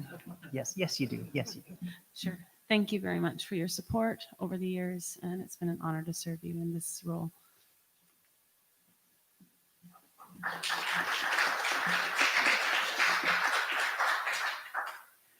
About 10 years ago, I had a unique opportunity to be an English pastor for a larger Korean congregation in South Korea. And when that began, the invitation was to be there for 1 year. And after 3 months, the senior pastor said, "Hey, can you stick around for another?" And if you know our story a little bit, that was quite a miracle for that to have happened. But behind it all, my wife and I, we knew that at the end of the second year, that was going to be the end of the second year, and we would be coming back to Canada. And the congregation there really grieved the knowledge of that. And people ask if it's something that we would do again. And sometimes I say, no, I wouldn't. It would have to be an extremely special circumstance for that to happen again. But the thing that I recollect the best about that experience is we started this book when we were there, and at the end of 2 years, we finished that book. And it's an amazing book to look back on as a chapter in the life of us and in that congregation, and to look on it and be thankful for what God has done. And when I think of what is happening here and the leadership that we have within our congregation, we all need an opportunity to rest, to sharpen our axe, to gain another perspective, to refresh ourselves so that we can continue in what God is affirming in the gifts of our lives. And as a care team / nominations group of people, we know that Orlando and Christy have served very well, and we want them to keep doing that. And so we are sad to say, you're moving on to something else, but also excited for your continued passion for the congregation. Our constitution, which is probably going to be looked at in the next, I don't know, Curtis said 5 years, makes a note of having timelines for things. And this might be something that some of you are curious about. And I feel that the intent of a timeline for a position is to have that sharpening of an axe time, to recover, to rejuvenate, to learn some different gifts, to release yourselves with passion into something else that might have been holding you back. And we can see through the biblical story different opportunities where that happens. And so at this time, it's not like we are proposing like a new moderator. It's a, a different moderator that gets to take on the role of facilitating conversations, continuing conversations, not necessarily having the answers, but knowing who to talk to and network and lead and guide the congregation through those ways as well. And that's just written there, you know, God says, let's keep these books good. Let's not burn out, you know, our pastors and our lead team and our staff, you know, take these seasons of rest. And so one of the portions that's happening during this AGM is we would like to nominate a new moderator, and which is different than our past experience because we had co-moderator, which is a very, very unique and special circumstance and blessing that we've had, that they've worked so well together. This time, the care team has discussed at length and very heartfeltly discerning what should be next. And of course, the pandemic gives the opportunity for churches to reflect on form and function, words that I mentioned before, and have wrestled with and have found peace at saying at this time, one moderator is a way that will best serve the congregation through this, this season. And the other thing that you might have noticed from the reports is we have been okay with Tanya and Miranda or Natalie? Oh yeah, they both serve. I always get them. Sorry, dolls. That it would have been weird for us to force them to extend this time because they're as a part of their term, and have agreed to end their term during the summer. But as the care team and nominations teams, we've said, you know what, having lots of hands and lots of feet around the discussion table can be cumbersome and awkward. And with COVID, practically it's hard to connect with 10 or 12 people all at the same time. And so we've looked at things and we've prayed through things and have found a peace at saying, for this season, it would best serve the congregation to have a smaller lead team that is able to streamline in communication, have better flexibility to meet and move forward with things as they see fit. And a year from now, we get to come around and say, hey, you know what? We have a good grasp of the narrative that God has in this congregation, and we have identified some needs that also require lead team members. Then we get to come and tap you on the shoulder and say, hey, have you considered being on the lead team? But for this season, this part of the AGM is perhaps a little shorter, where we will just be putting forward one name. Before I do that, I have a note about auditors. Auditors is kind of a new thing for my thinking. I don't know why, if I just haven't been thinking about it or haven't heard about it. Traditionally, there has been someone within the congregation who twice a year, once a year, however many times Rod wants to. Once he says, just is a second set of eyes on our books and our financials, just to make sure, you know, we've dotted our I's and crossed our T's and are moving forward. So for this next step, the names that are brought forward for being auditors is Rod and Fred Brower. I don't know if Fred, you're at home, but your name's up there.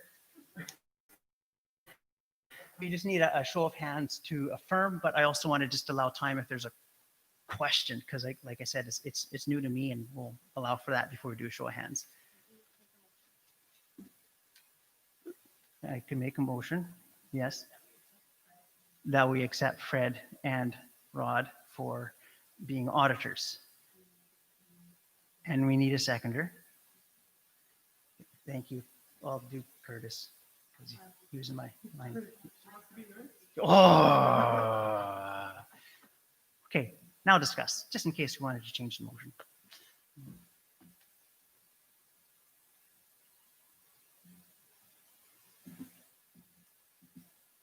two things that were helpful for me, because I don't think they've had an auditor in my time attending and serving here. Two things that were helpful for me to know is that, one, the auditor works independent of the treasurer. So it's not like we put Al's buddies beside him to look over his shoulders in the books. And another reason why we've always felt it's important, it's just been something we've overlooked and like, oh man, we should really do this. We know that we have some financial questions going into 2021. And so because we want to have a budget meeting in November, we felt it'd be really prudent to audit the books just to make sure we're good. Al's been doing fantastic. This just gives us a couple more degrees of confidence as we go into the next year.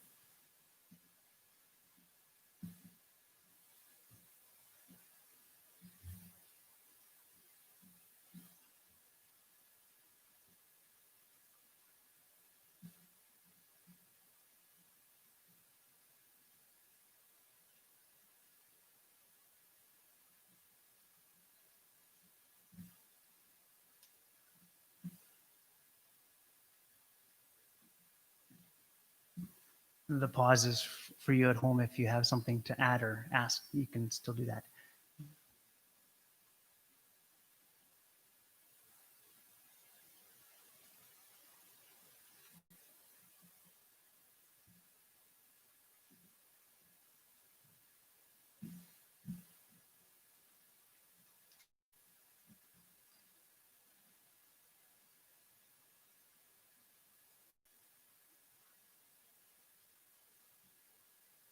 Is there something there? People are just already sitting in votes for moderator. Wait. I think people are ready. Okay. All right. The internet has spoken. Thank you for being the voice of the internet, Afton. We will continue then with the other business here. So, yeah, we do. That's important. And this is, sorry, Rod, you're not going to get out of this. For this, we are permitted just to have a showing of hands. So at this time, the motion is that Fred and Rod become our auditors, and there has been a seconder. There's been lots of seconders. And so if it's something that you are in favor of, do raise your hand at this time. That is carried. And I should just ask if there's opposed. Yeah. For those of you who can't see, Rod raised his hand. God never ceases to teach and discipline us. Rod. Okay, moving on. And this is something that, man, we just are so leaning on God's discernment and grace in this part of our narrative in the congregation. And the nominations committee has considered the name of Keith to be our moderator in this next season. And some other names have come for discussion. Keith's name is the one that we are excited to bring forward to the congregation as one who is familiar with what it is to be a pastor here, one who is familiar with a large audience of the ministries that happen here. He has a great working relationship with King Haven. And for the discussions that are a part of the narrative for this next little while, Keith's wisdom and discernment just is a wonderful blessing to have in our midst. And so we as a nominations committee put forth Keith's name for moderator. And do we have a seconder? Curtis, I see Curtis. Okay. And if you haven't received a ballot yet, make sure you see Adrian, or I'll slip you one up here.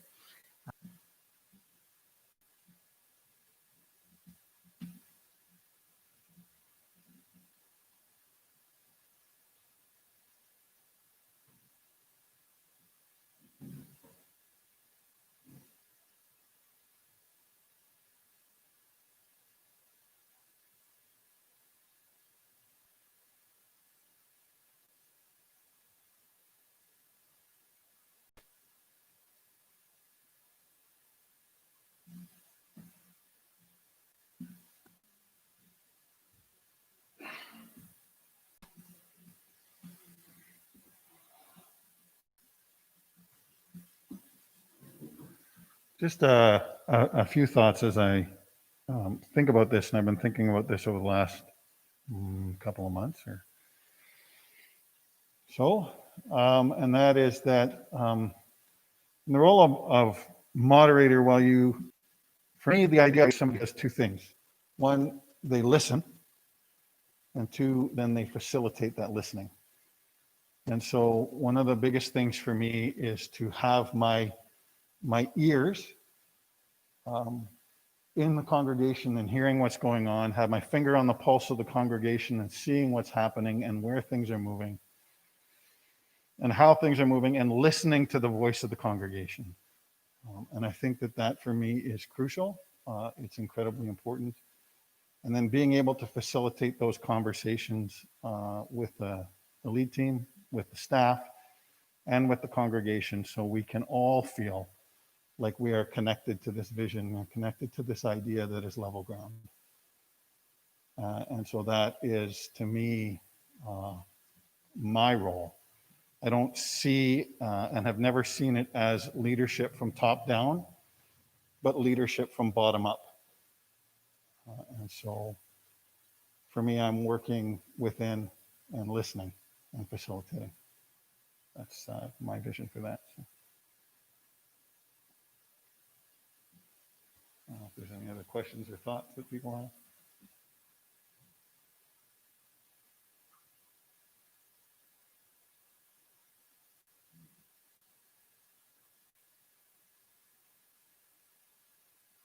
All right, I'm going to sit down.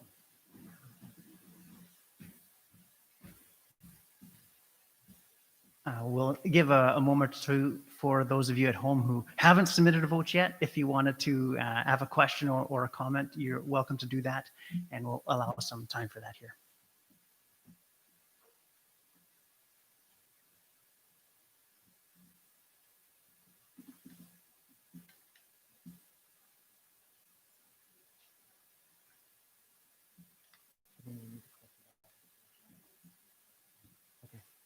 So, Mark, were you going to offer to collect the ballots? Okay, do you want to grab a buddy?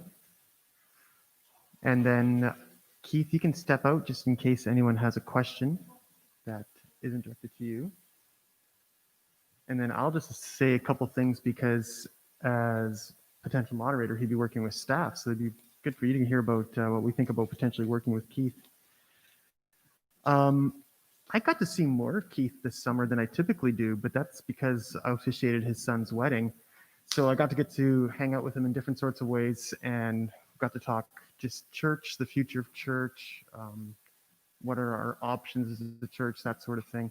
I never got to work alongside Keith as a staff member when he was a pastor here. And so I take great delight in that possibility because, as mentioned already, he has a good understanding of what it means. Okay.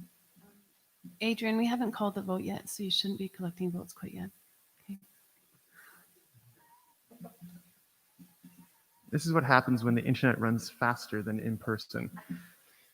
You internet people, be more patient. Anyways, I'm excited to work with Keith. When he shared that, what he just shared right now, as far as what he envisions the role of the moderator, he's not a person who wants to hold the reins as far as making the big decisions. He's not the one who's coming in with an agenda to push through. He wants to harmonize the voices. That's a phrase he used in our conversations that really stood out to me as an image that works. Like, he wants to listen to the voices and find the harmony that they bring all together. So I'm excited for Keith and his skill set. I'm excited for the things that he has learned in his time at Kinghaven, the administration skills, the teamwork skills, how to communicate, how to work through decision making and conflict together. I'm excited that he brings a bit of a prophetic bent. We don't have very many prophet types in leadership here at Level Ground, and someone who very vocally and adamantly stands up for the marginalized and for the oppressed. It's good to have someone voicing and advocating in that sort of way. And those who know him, whether or not you can hear this or not, those who really know him know that he's a teddy bear on the inside. So even though he's large body and big voice, he's actually quite the softie on the inside. And I just get excited for all those reasons for working with him.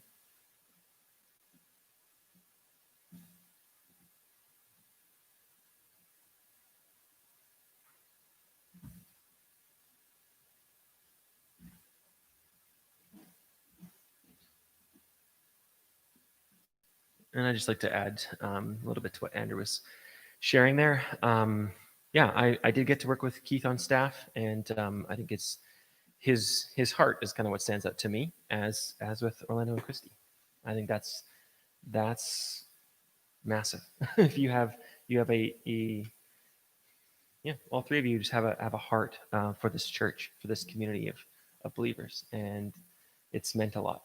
So that's what I'm hoping for with Keith as well, just that he really cares, like these guys do, and that's really important. So thanks.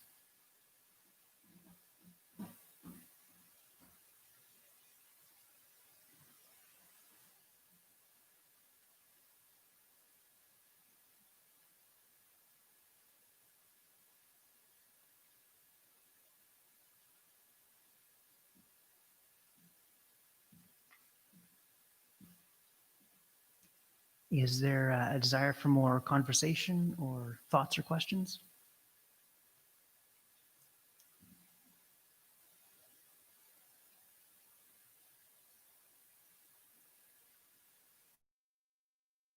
Okay, so the motion is on the floor that we move to accept Keith as moderator, and we have had a second. We've had our discussion, and if you have not already submitted your votes, please do so at this time to Mark.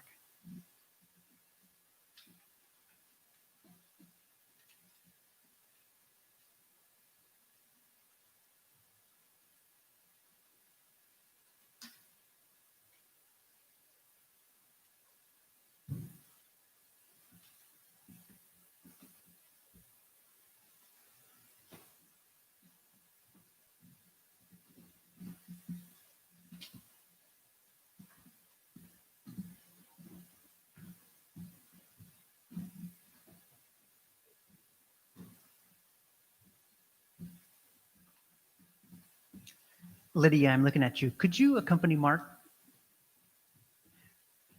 Just as second eyes that doesn't represent someone on the lead team.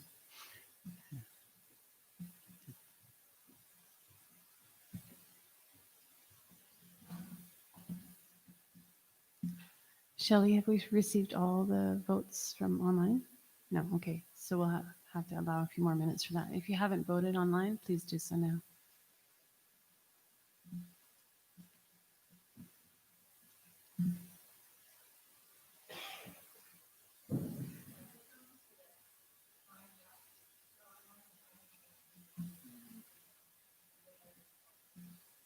All right, Shelley's just saying that there are some people who signed up to view online, but she's not sure if they actually are online or not. So we'll allow a couple more minutes just to gather any more email votes, but after that, we'll consider the time to be up.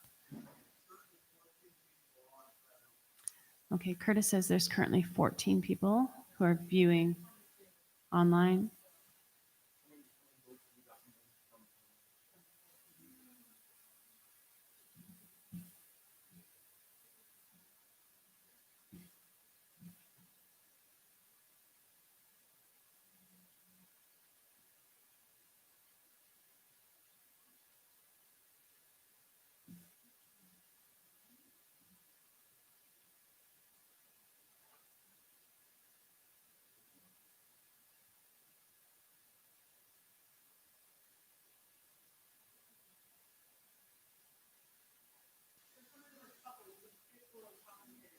Right. Afton has just said that there's more than 14 people watching out there because some of them are couples, so it gets a bit complicated. And they're just counting how many votes they've received from the online viewers.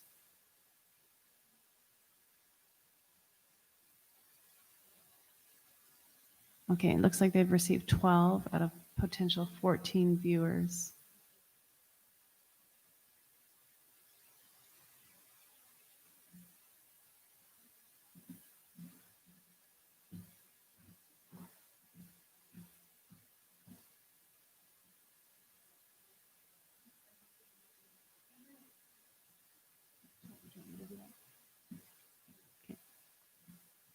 All right, while we're just waiting for the votes to be tallied, we just wanted to acknowledge that Al Peters has done a fantastic job as our treasurer, and his term is being extended to for 2 more years to 2022, but we need to affirm that as well as a congregation. So I move that we affirm the extension of Al Peters as our treasurer, his term on lead team for 2 more years.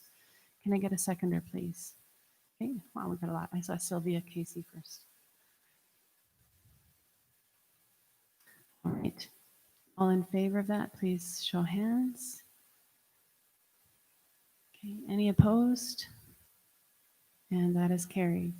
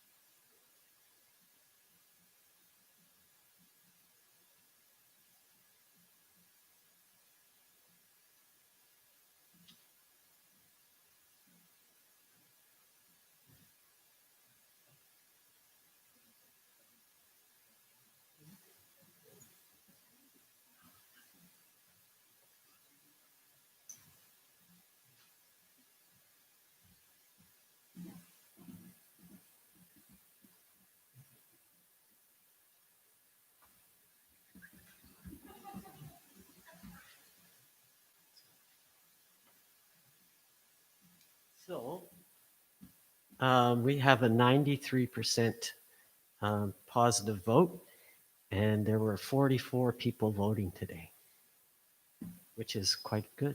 Thank you so much.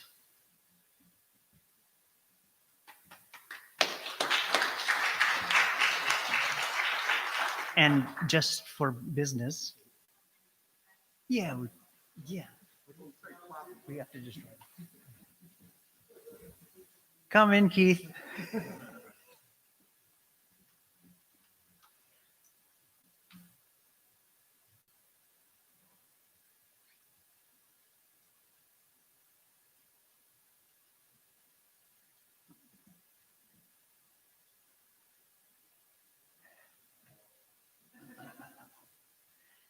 And we're here to support you as well. We have voted 93% in favor of you continuing God's narrative at this congregation here. Thank you.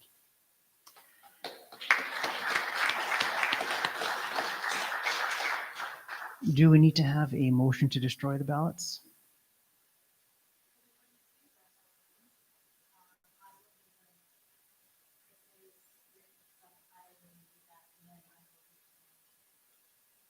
Perfect.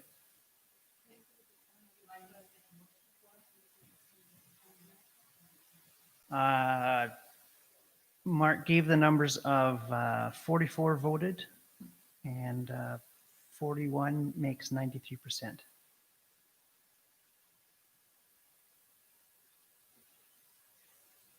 Yes, Caroline.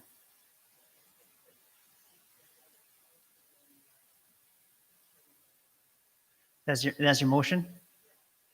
Sure. Seconder? In favor?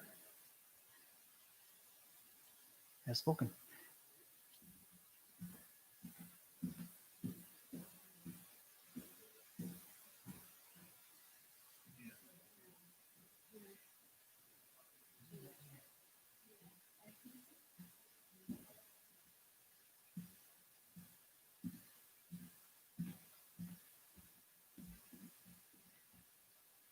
Thank you. Okay, thank you, Clifford. All right, so unless there is anything else, any other business that needs to be addressed at this point, I think that's pretty much it for our meeting. We are going to ask Curtis to come up. We're going to thank him and pray for him. And Keith, why don't you come up as well? Rod? Sure, why not? Fred's not here. Just socially distant, that's all. And we'll just spend a minute or two in prayer for these men. Sure, Al, come on up too.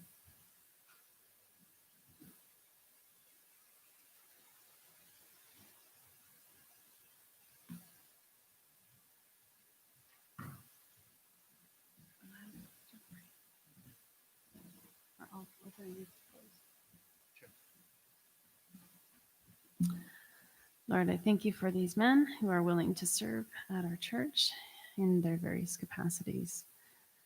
We know that you're at work here, and we ask that you would just continue to speak to them and work through them, and that your purposes would be fulfilled. I pray that you would be working in our congregation just to help us to lay down our own lives and submit to our wills to yours.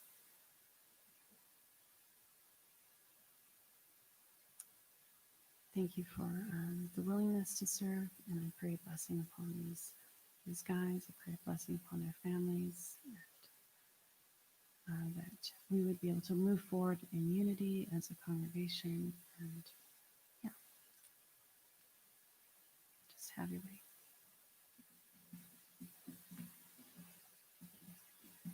I want to say a special thank you, God, to Stephanie and for Curtis. We thank you, God, for the ways that they have given of their skills and how they served in this place among us because they love us and they love you. We pray in Stephanie's absence that you continue to walk with her in her journey of recovery, that your blessing would be with her and that your healing would be with her. And for Curtis, as he continues to do what he loves to do, being with the least of these and revealing your love, Jesus, to them. I pray that you'll shine brightly through Curtis and that many will come to know your name and your presence because of his tender way among these people. We pray a blessing with him. We are going to miss him. But God, we know that he is in your care. His family is in your care. We know that there's no better place to be. So thank you for the way he has served so faithfully through a difficult time. Thank you for the short time we've had for him and the blessing he has been. In your name, Jesus. Father, I also want to thank you for those that have served here. And I thank you again for Curtis. And even though his time was short here with us, it was very meaningful, God, because it is through Curtis that we met Brian and Steve, and they have spoken good words into to us here, and they've walked with us, and we look forward for them to continue that, God.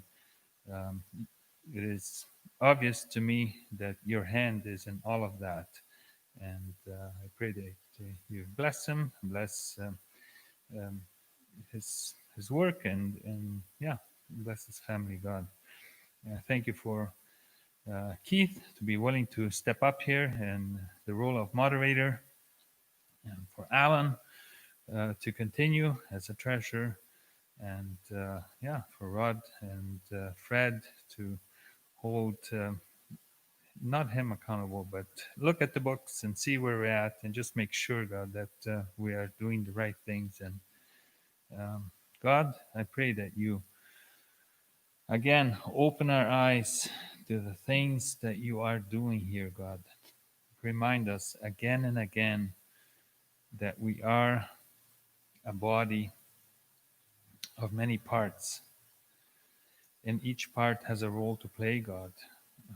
Each part in the body does something, and if one part of the body is sick, then the whole body gets sick.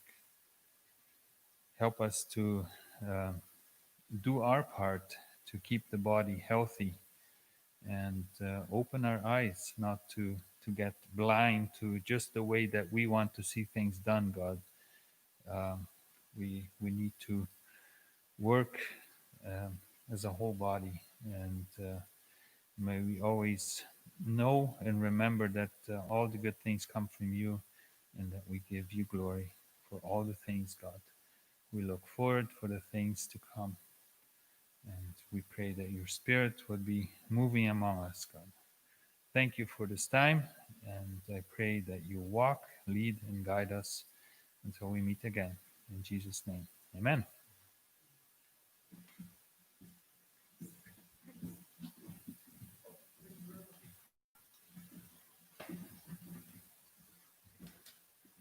Thank you. And I think with that, we close the meeting.